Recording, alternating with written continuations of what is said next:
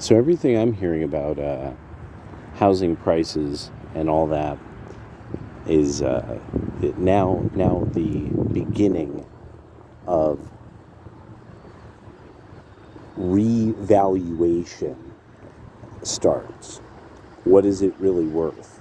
I really like that there's that one lawyer who apparently there's a bunch of these people who are doing this, that they're starting to go after these boards that do the appraisals, because it's starting to become this thing that he was pointing out how it started with him, that he found out, wait a second, the people doing the appraisals in some way, shape, or form end up having something to do down the line with the actual collection of the taxes on the appraised house.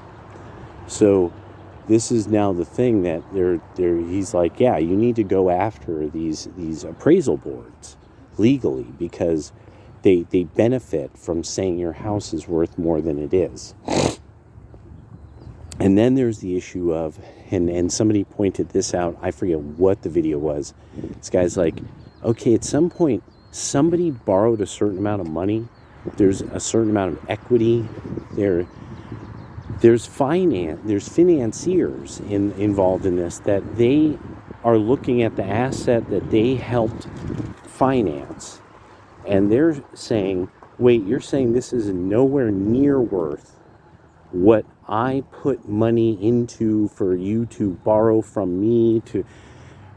Okay, where's my money is what's coming. That's what I'm thinking. There's where's the money, Lebowski, is that time is coming, that we're going to be seeing it not so long from now, and that's going to hurt.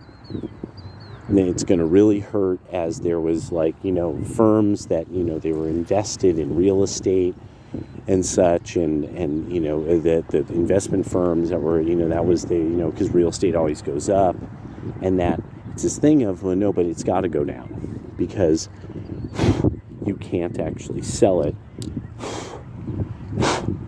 at the price you're asking for. So it's going to be an interesting period of time to see, because this is going to be the thing that's really going to kind of suddenly make the boomers, like, this is going to be that's going to be the bitter part for them. Not even that, like, there was some kind of sweet part, because remember, a lot of, with the boomers, their thing is that they were actually people who were more likely to vote Biden-Harris and Harris-Walz. So, or highly likely to. Not more, but highly. And so now, and we keep seeing these protesters tend to be boomers. So it's kind of like this beautiful thing of like, oh yeah, now we're seeing it. Now it's coming. It's they don't have any of this money being doled out from the federal government for all these various do-gooder projects and nonprofits. And soon it's going to be, and this asset that you have, that you're counting on, isn't worth what it's in. And so then that's what it was. That's what the whole thing was. The pensions. Okay, so the pension systems that are going to depend upon these cities' taxes on these houses, dependent upon, this is what they're worth, this is what they're appraised at. Well, that's compromised now. It's and a lot of these cities have their own problems with public pensions. A lot of municipalities.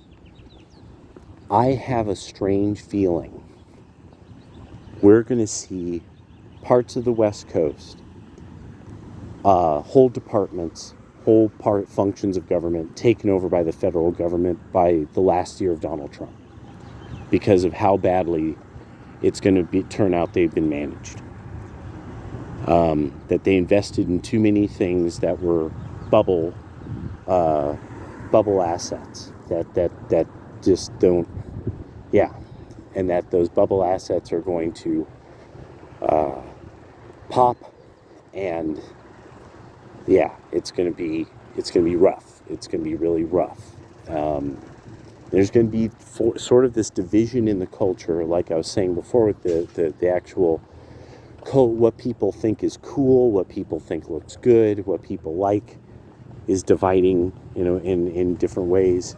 And so one of the things I was thinking about was that such a economic outcome would then have a different way of dividing. There would be this portion of the country that's going to remember this, and it's going to hurt them for generations. That they're going to be sitting back going, and I remember it was like this, but then this time came along, and all the houses were worth nothing, and we lost everything.